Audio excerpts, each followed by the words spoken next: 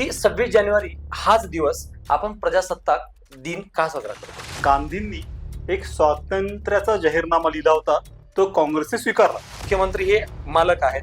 काही वेळेस तर असं वाटतं की प्रशासकीय अधिकारी किंवा पोलीस प्रमुख हे सुद्धा इथले मालकच आहेत असं जनतेला वाटतं. मालक नोकरच आहे, जनता मालक आहे, हे नोकर आहेत, ओके. नाही का? हे नोकर येतेच तर घटनेचं आपलं सार आहे.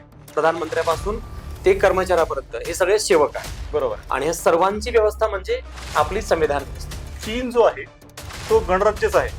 त्यांचं नावच आहे की PRC, people's republic of China, चीनचे लोकांचे गणराज्य.